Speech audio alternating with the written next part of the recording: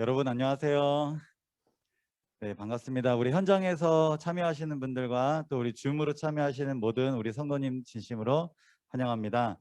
저희 금요일 저녁마다 저희 교단에서 발행한 이 기본교리, 저희가 믿고 있는 것이 무엇인지 잘 28개로 요약한 이 교리들을 한 과씩 공부를 계속 하고 있습니다. 연구를 하고 있습니다. 그래서 오늘은 이제 3장 아버지 하나님에 대해서 말씀을 드리도록 하겠습니다. 총 이 아버지 하나님에 대한 것은 어떻게 보면 3개로 돼 있죠. 아버지 하나님, 아버지에 대한 견해인데 이제 오해이고요. 그다음에 구약 성경의 아버지 하나님, 신약의 성부 하나님, 그리고 이제 전체 요약 이런 식으로 순서를 좀 진행하도록 하겠습니다. 여기 보시면 이제 아버지 하나님께서 심판하시는 이 장면을 묘사하고 있고 또 그림도 나와 있습니다. 여기 색깔 있는 것들만 중심적으로 좀 보시면 전체적으로 이 성경절의 요지를 좀 파악하고 좀 강조점을 이해할 수 있는데요. 왕좌가 있습니다. 거기에 이제 앉아 계시죠. 그리고 하얗습니다. 이미지가 눈 같고 양의 털 같고, 그리고 반대로 또 불꽃 같고, 불이 이렇게 타오르고 강처럼 불이 이렇게 흘러요. 약간은 이렇게 범접할 수 없는 그런 분위기가 풍깁니다. 그리고 그 주변에 천천히고 만만인 많은 사람들이 그 주변에 있습니다. 그리고 나서 하나님께서 무엇을 하시냐? 심판을 베푸시는데 책이 이제 펴놓여 있어요. 책에는 기록들이 있겠죠. 이제 이런 내용들이 심판의 장면입니다. 위험이 있고요. 수많은 관중들이 두려움을 느낍니다. 그분의 임재하심, 순결하고 하얗고 그리고 불꽃 같은 이런 어떤 분위기 때문에 압도당해요. 즉, 많은 증인들이 있고 삶에 대한 기록이 그 책들에 이제 있는 것입니다. 하나님께서는 그 내용들을 이렇게 보시면서 공의를 시행하십니다. 이게 이제 하나님 아버지에 대한 우리가 갖고 있는 이제 보통의 모습 혹은 이해입니다. 이 심판은 어떤 유익이 있느냐?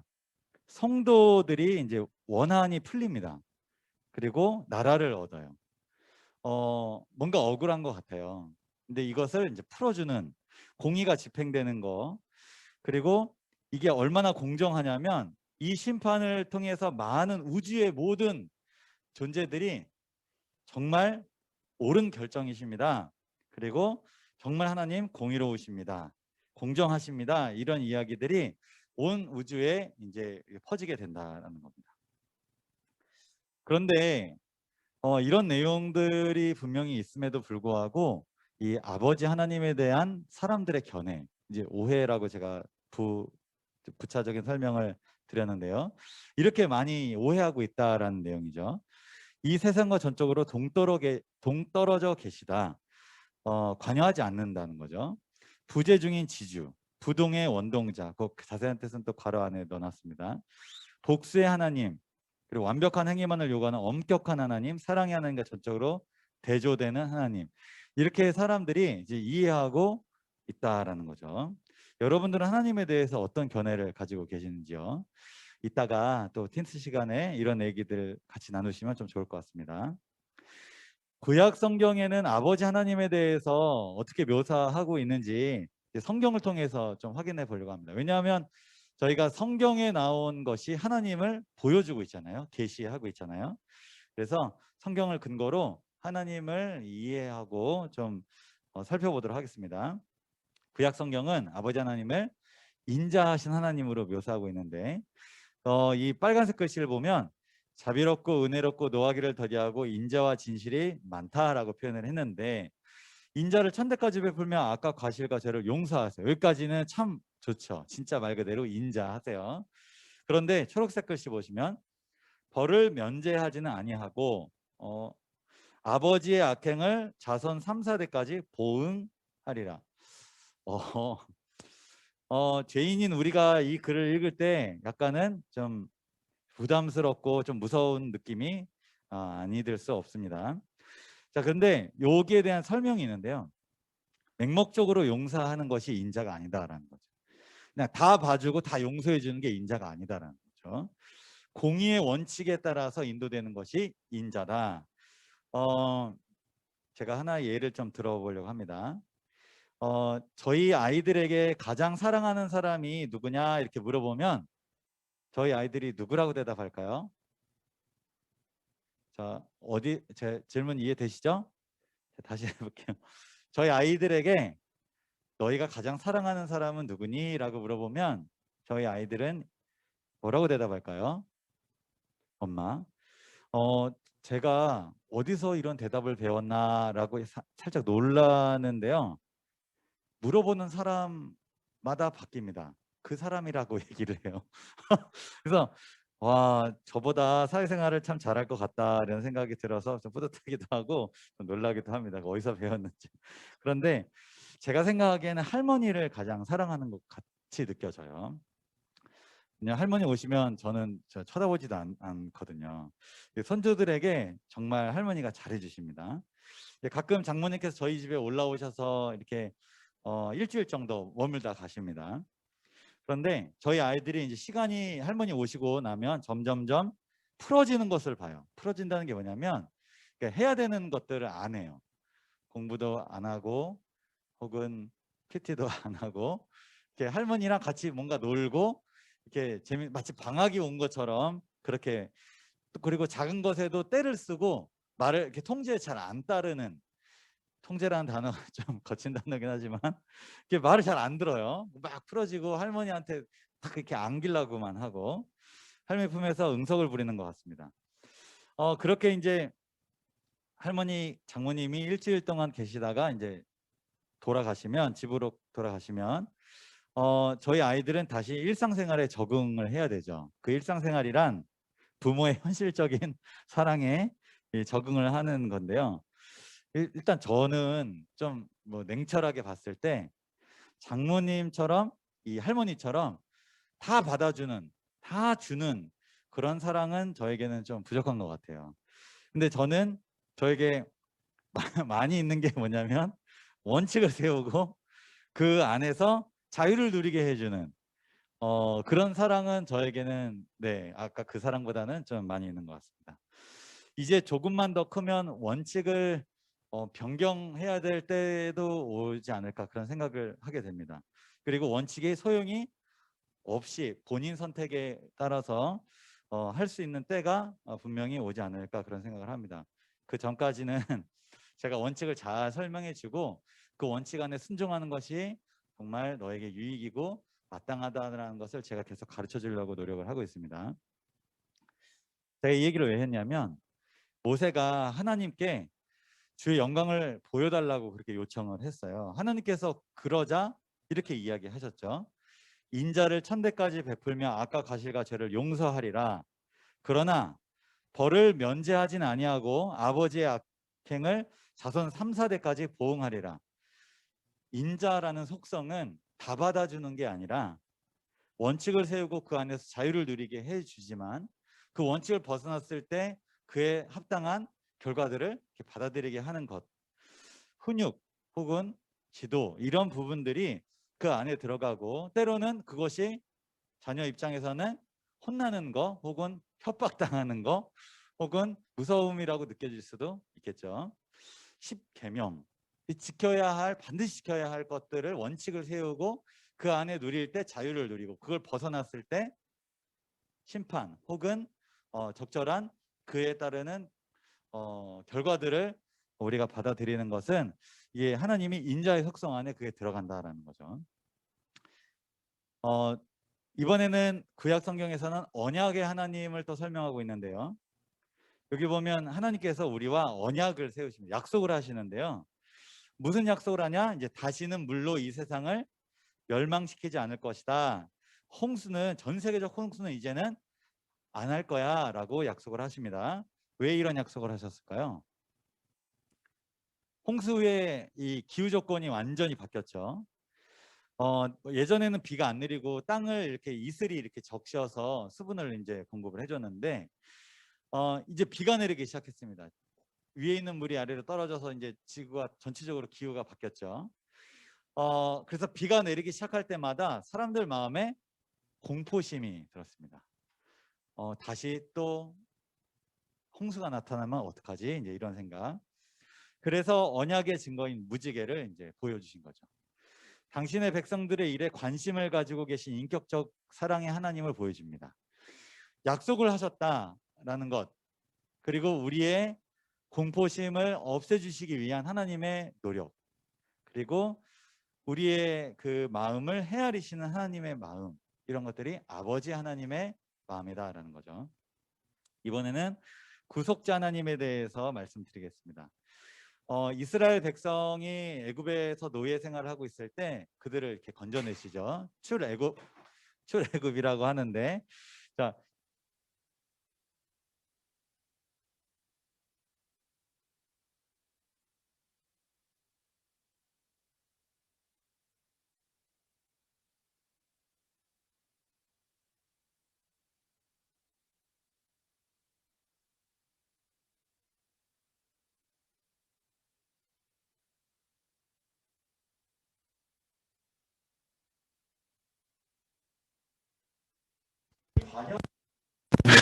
우리도 죄악 세상에서 마치 노예처럼 포로가 되어서 내 의지로 통제되지 않는 삶, 자제력도 약하고 마치 끌려다니는 듯한, 내가 해야 되는 목적과 이 방향은 알지만 그대로 잘 되지 않는 그런 모습이 어떻게 보면 우리가 애굽의 노예와 같은 생활 처럼 살고 있는 건 아닐지 그런 생각을 해봅니다.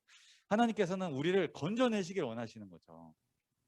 모세와 같은 지도자를 세우셔서 나와라 나와라 얘기하실 수도 있고, 내 삶에 여러 가지 또 기회들을 주셔서 하나님을 발견할 수 있는, 이 애굽의 종살이하고 있는 죄에 찌들어 있는 우리를 자꾸 건져내시려고 하는 그런 일들을 우리가 또 삶에서 경험할 수 있는 것입니다. 이번에는 피난처이신 하나님을 말씀드리겠습니다. 다윗이 하나님을 피난처라고 고백을 했어요.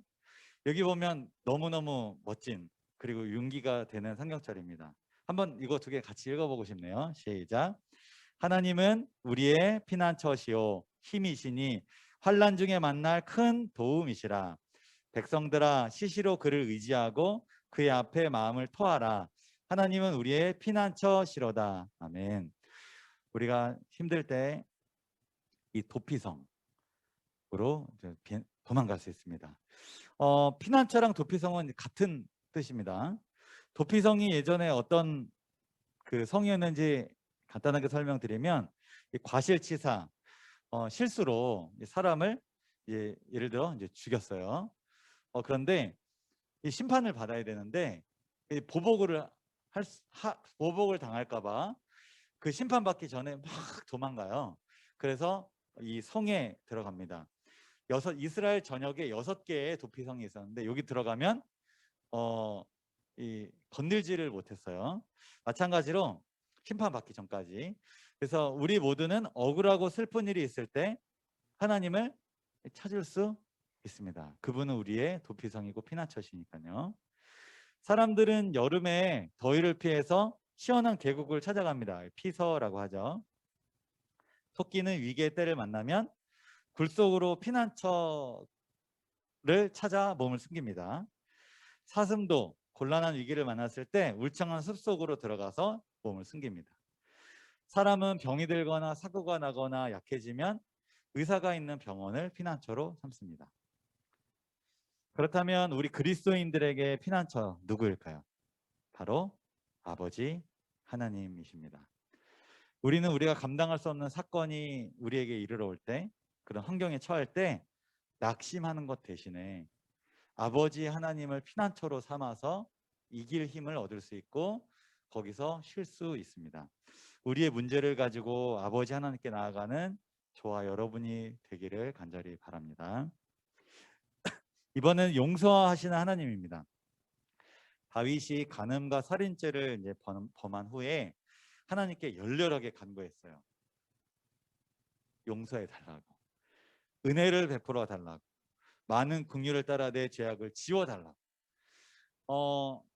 바늘로 찔러도 피 한 방울 안 날 것 같은 사람, 그렇게 냉혈한 이제 그런 사람들에게 용서를 구하면 그걸 구할 마음이 생길까요? 잘못한 사람이? 아닙니다. 그런데 하나님은 우리의 죄를 용서하실 수 있는 분, 그리고 은혜를 베푸시고 불쌍히 여겨주시는 분이라는 걸 알기 때문에 다윗은 열렬히 하나님께 용서를 구한 것입니다. 하나님은 또 선하신 분입니다. 정의로 심판하고 먹을 것을 주시고 자유를 주시고 눈을 여시고 일으키시고 사랑하시고 보호하시고 붙드시고, 그리고 악인들은 오히려 이렇게 잘 되지 않도록 그렇게, 왜냐하면 악인들이 잘 안 돼야 정말 신실하고 정말 정직하게 살아가는 사람들이 그 대가를 잘 또 얻을 수 있잖아요. 그래서 하나님은 정말 선하신 좋으신 분입니다. 신실하신 하나님이십니다. 근데 어떤 게 진짜 신실한 거냐? 내가 준 만큼 돌아오는 것, 그게 아니라 내가 줬는데 고마울 줄도 모르고 오히려 배은망덕하게, 오히려 역으로 이렇게 하는 그런 경우에도, 불성실한 사람인 경우에도 부드럽게 약속을 해주신다는 거예요. 오히려 또 이렇게 합니다. 내가 너를 택하고 싫어하여 버리지 아니하였다. 이게 무슨 말이냐면 이스라엘이 여러 위기들을 겪을 때가 있었어요. 그들의 죄를 어떻게 보면 거두었죠. 그런데 이럴 때에도 하나님이 그것을 허용하셨는데, 그것은 쉽게 말하면 정신 차릴 수 있도록 허용하신 것입니다.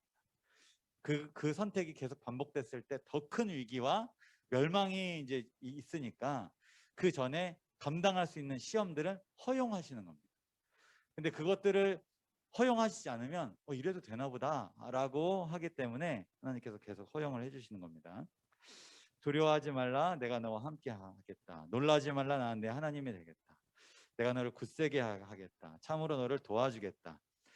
참으로 나의 의로운 오른손으로 너를 붙들겠다. 이렇게 약속하시는, 그렇게 안 하는 사람들, 이스라엘 백성들을 그렇게 하시겠다라고 약속하시는 신실하신 하나님이십니다. 또 하나님은 구원과 복수의 하나님인데요. 이제 이런 부분들이 아마 좀 하나님에 대한 오해를 불러일으킬 수도 있을 것 같아요. 근데 이 부분은 이렇게 이해하는 게 좋습니다. 악인과의 관계를 통해서, 그리고 악인에게 피해를 입는 의인들을 생각하면서 이해하면 좋을 것 같습니다. 심판이라고 하는 것은 당신의 백성들, 의인들에게는 구원받는 날이에요. 왜냐하면 하나님이 원수 갚는 건 나에게 있으니 너 원수 갚지 말아라 했기 때문에 그 심판을 통해서 원수가 갚아지는 거거든요. 그런데 원수에게 있어서는 그날이 심판의 날. 원수가 이 땅에서 잘 되는 것 같지만 하나님께서 마지막은 심판하실 것이다. 그래서 우리는 어떻게 보면 심판하신 하나님, 구원을 베푸시고 나에게는, 그리고 악인들에게는 복수를 하시는 그 하나님 우리는 기다리고 바라보고 있다는 겁니다. 이사야 35장 4절에서는 보복하시며 갚아주실 것이다. 그리고 우리를 구원하실 것이다. 이런 내용들이 나옵니다. 아버지이신 하나님, 이거는 뭐 굳이 설명하지 않아도 이렇게 이해하기 쉬우실 것 같아요. 우리의 영적인 아버지, 그리고 실제적으로 우리를 지으신 하나님. 그래서 그리고 모든 창조물의 아버지. 요거는 이제 예수 그리스도도 창조에 관여하셨지만 하나님을 또 여기 보면 만물이 그에게서 났고 해서 아버지 하나님을 창조주 하나님으로 또 설명하고 있다라는 것이죠. 그리고 모든 신자의 아버지. 그래서 이스라엘과 하나님은 영적인 어떤 관계 속에서 실제로 부모 자식과의 관계로 많이 묘사하고 표현하시잖아요. 그런데 믿는 사람들, 우리 그리스도인들도 우리 하나님을 아버지로 부를 수 있다라는 거죠. 여기 아빠 아버지라고 부르고 하나님의 자녀인 것을 이제 증언하신다. 그래서 우리의 실제적인 하늘 아버지가 되시는다라는 거죠. 하나님께서는 예수님을 아는 것은 아버지 하나님을 아는 것이다. 빌립의 예를 통해서도 얘기를 하죠. 그래서 나를 본 자는 아버지를 보았거든. 예수님이 아버지의 모습을 실제로 인간의 모습으로 나타나셔서 보여주신 것이다라는 거죠. 그래서 예수님의 모습을 보면 아버지 하나님이 이런 분이구나라는 것을 우리는 알 수 있습니다. 이제 점점 마무리 지어가고 있는데요. 주시는 하나님입니다. 베들레헴에서 하나님께서 당신의 아들을 주셨어요. 이 땅에 보내신 거죠. 태어나게 하신 거죠. 그때 하나님 아버지도 같이 내려왔다. 이제 이렇게 설명하는 겁니다. 무슨 말이냐면 당신의 아들이 죄로 오염된 이 땅에 들어오실 때 아버지의 마음이 얼마나 아프셨을까라는 것입니다. 여러분 이건 팁인데요. 여러분 자녀를 둔 분들에게 그분들한테는 잘해주실 필요는 없을 것 같아요. 자녀에게 잘해주세요. 그러면 부모가 되게 고마워합니다. 여러분들에게 제가 밥을 먹거나 혹은 여러분들에게 뭔가 좀 도움을 드리거나 혹은 이렇게 잘해주잖아요. 그럼 부모님이 저를 아시면 부모님이 저한테 연락을 해주세요. 고맙다고. 네. 잡아줘서 고맙다고. 이렇게. 여러분 그런 게 있는 것 같아요. 네. 그래서 혹시 뭐 이렇게 진짜 그분에게 뭔가 이렇게 해드리기가 좀 애매하면 그 어린이들이나 그 자녀들한테 이렇게 잘해주거나 더 관심을 가져주시면 그거 진짜 고마워합니다. 하나님이 그 마음인 것 같아요. 예수님을 이 땅에 내리실 때 그래 잘하고 와 이 얘기 아니고요. 같이 오셨어요. 네. 십자가에서 예수님이 돌아가실 때 같이 그 고통을 같이 느끼신 것이죠.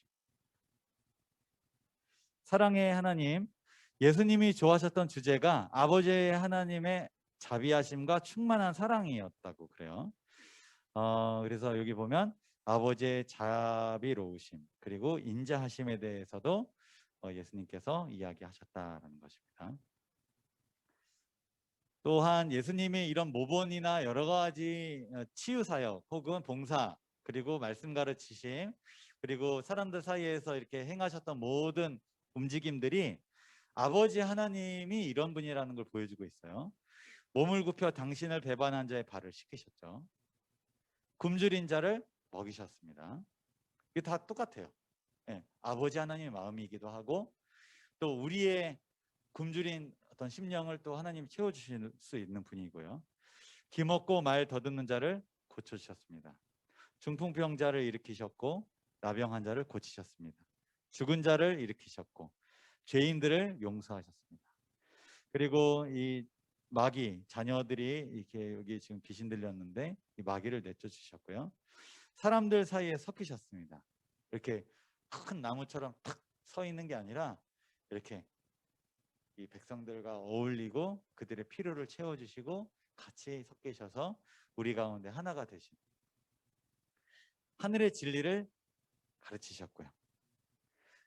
이런 모든 예수님의 모습들 그리고 구약에 그리고 신약에 나타난 이런 모든 모습들이 결국은 아버지 하나님의 사랑을 나타내고 있는데 이게 결국 뭘 기대하냐 무슨 열매로 맺혀지냐 죄인들을 이제 회개시킨다라는 거죠.